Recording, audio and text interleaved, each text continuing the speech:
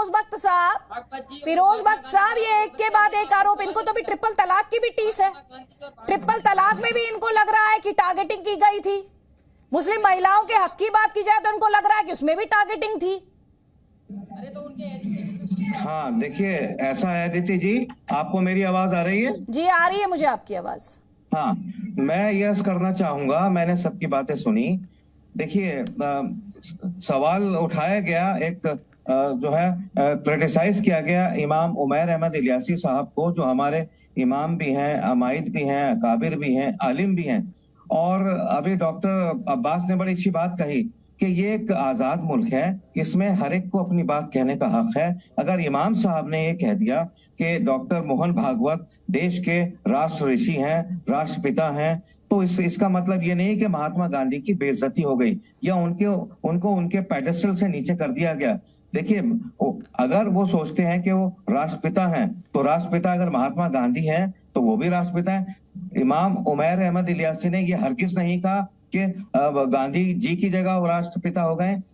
ठीक है, गांधी जी की तरह एक राष्ट्रपिता वो भी है, उसमें कोई आपत्ति नहीं है। और उसके बदले में ये कहना, उनको एक धमकी मिलना कि हम सर तन से जुदा कर देंगे, ये ना तो इस्लाम का कानून है, ना ये भारत का कानून है, ना इंग्लैंड का कानून है, ना ही इंसानियत है। तो मैं इसमें ये कहना चाहूंगा, जो लोग इस बहस को फजूल तरीके से आगे बढ़ा रहे हैं, इमाम साहब ने कोई बात गलत नहीं की है। लाखों लोग अब तक इमाम साहब के पीछे नमाज पढ़ चुके हैं। मैं इमाम साहब के, इनके वालिद का बता दूं, इनके जो वालिद साहब थे, हमेशा से उन्होंने हिंदू और मुस्लिम के बीच में पुल बनाने की कोशिश करी। ठीक है, तो prophet Muhammad peace be upon him, अगर आज आप जिंदा होते तो हरगिज़ आप उन लोगों को जो कहते हैं हम सर को तन से जुदा कर देंगे, उन लोगों को सख्त सजा देते और उनको नेकी की तौफीक देते। इस्लाम का टोन और टेन्योर नहीं है। बिल्कुल सही कहा कि अक्रॉस द बॉर्डर पाकिस्तान से सर तन से जुदा है, इस्लाम का है ही नहीं। प्रॉफेट मोहम्मद, उनको कोई कत्ल करने आया था, एक वाकया सुनाया था डॉक्टर अब्बास ने। मैं एक और बता दूं, एक शख्स उनको कत्ल करने आया, आपने उससे कहा मुझे कत्ल करके अगर तुम्हारा कुछ भला होता है तो ठीक है। उसको जब समझाया, उसके समझ में आ गई और वो ईमान ले आया। यही नहीं, बल्कि आपने उसको दुआ दी। ठीक है फिरोज बख्त साहब, मैं आगे आपको वक्त दूंगी। सैयद असीम अकार, आप देख रहे हैं किस तरह से इमाम इलियासी को धमकाया जा रहा है। क्यों धमकाया जा रहा है? आरएसएस प्रमुख से वो मिले, उनकी तारीफ कर दी। इतनी असहिष्णुता, इतनी इंटॉलरेंस। नहीं, मुझे लगता है कि इस बात की जांच होना चाहिए। इससे पहले भी अभी 2 लोगों ने रिपोर्ट लिखाई कि उनको धमकी दी गई और पुलिस जांच में उल्टा हो गया। वो एक डॉक्टर था गाजियाबाद का, मालूम ये पड़ा धमकी आई नहीं। और एक और था, उसका भी ऐसे ही हुआ। एक वो योगी जी को धमकी आई थी, उसमें जो गिरफ्तार हुआ उसने तो मुसलमानों के नाम से धमकी दी थी, योगी जी के नाम पर, लेकिन जब गिरफ्तार हुआ तो वो मुसलमान था ही नहीं। देखिए, सिक्योरिटी का सारा खेल होता है कि सिक्योरिटी चाहिए होती है। किसी को Z, किसी को Z+, किसी को Y+, किसी को Y। कोई 2 कांस्टेबल और 1 कांस्टेबल में ही खुश हो जाता है। जिसकी जितनी बड़ी लालसा, तो बहुत से लोग हैं, बहुत चाहते हैं। तो मैं समझता हूं कि जांच होना चाहिए और अगर वाकई में धमकी आई है तो कार्रवाई होना चाहिए, लेकिन जांच होना चाहिए। मुझे लगता है कि जांच जरूरी है। बहुत से लोग आजकल हिंदुस्तान में बड़ा खेल खेल रहे हैं। सबको सिक्योरिटी चाहिए, पूरे देश को सिक्योरिटी। सबसे आसान तरीका है कि ये कह दो कि हमें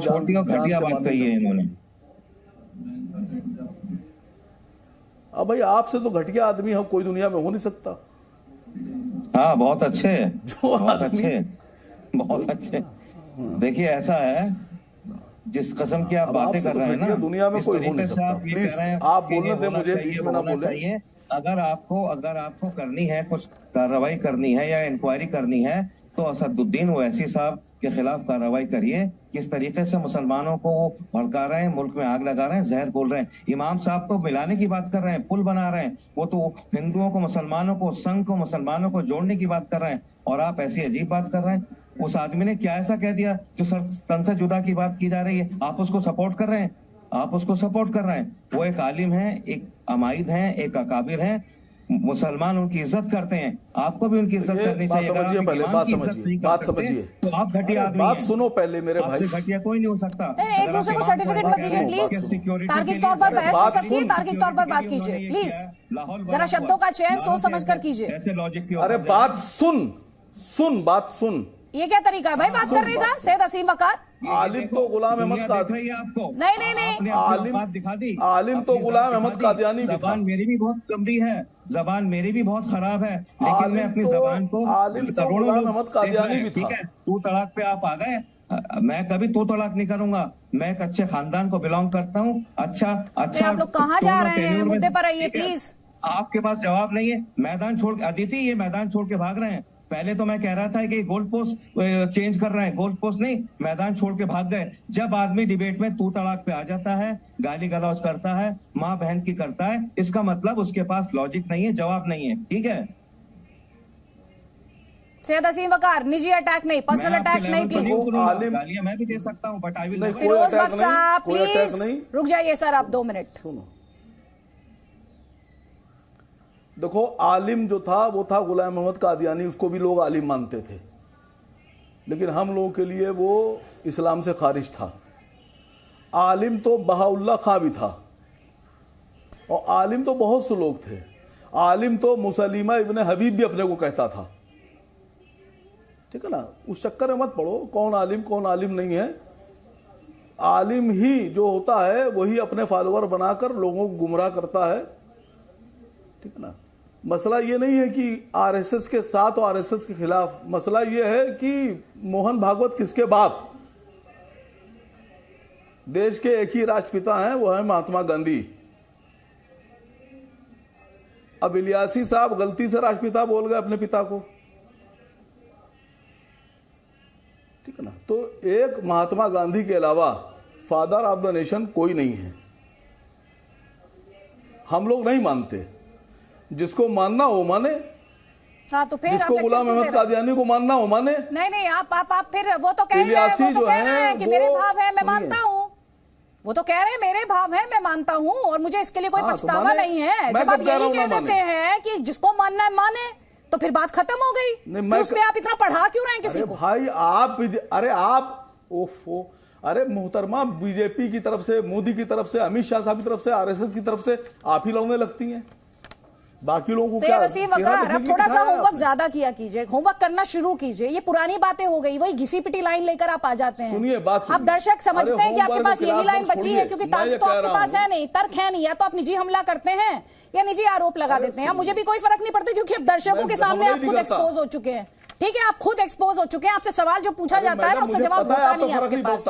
अब फिर आज कहेंगे असदुद्दीन ओवैसी आपसे कि अरे पढ़ के तो जाया करो, अदिति त्यागी के शो में जाते हो, होमवर्क करके जाया करो। अब ये लाइन पुरानी हो गई, घिसी पिटी हो गई कि आप इसकी प्रवक्ता हैं, आप उसकी प्रवक्ता है। सुनिए, मैं देश की प्रवक्ता हूं, आपकी तरह एक पार्टी की प्रवक्ता नहीं हूं। आपकी तरह एक पार्टी की प्रवक्ता नहीं हूं। और किसी को जान से मारने की धमकी की बात कोई कहता है ना, तो उसे जज नहीं करती आपकी तरह।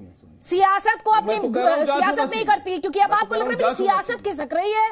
ये कैसे कह दिया इमाम ने, कैसे कह दिया आरएसएस के लिए अच्छी बात कैसे कह दी? हम तो, हमारे नेता तो रोज आकर कहते हैं आरएसएस नफरत फैलाता है। अरे हम तो रोज यही कहते हैं। कोई बात नहीं, चलिए बैठिए, सुनिए और तर्क सोच कर रखिएगा। अगली बार ये कहने से बात नहीं बनेगी कि आप फलाना पार्टी की प्रवक्ता है। सवाल का जवाब देना पड़ेगा, सवाल का जवाब दीजिएगा। जी कहा ही नहीं आपको। अरे करने से नहीं होगा, मुद्दे की बात कीजिएगा। अरे से नहीं चलेगा।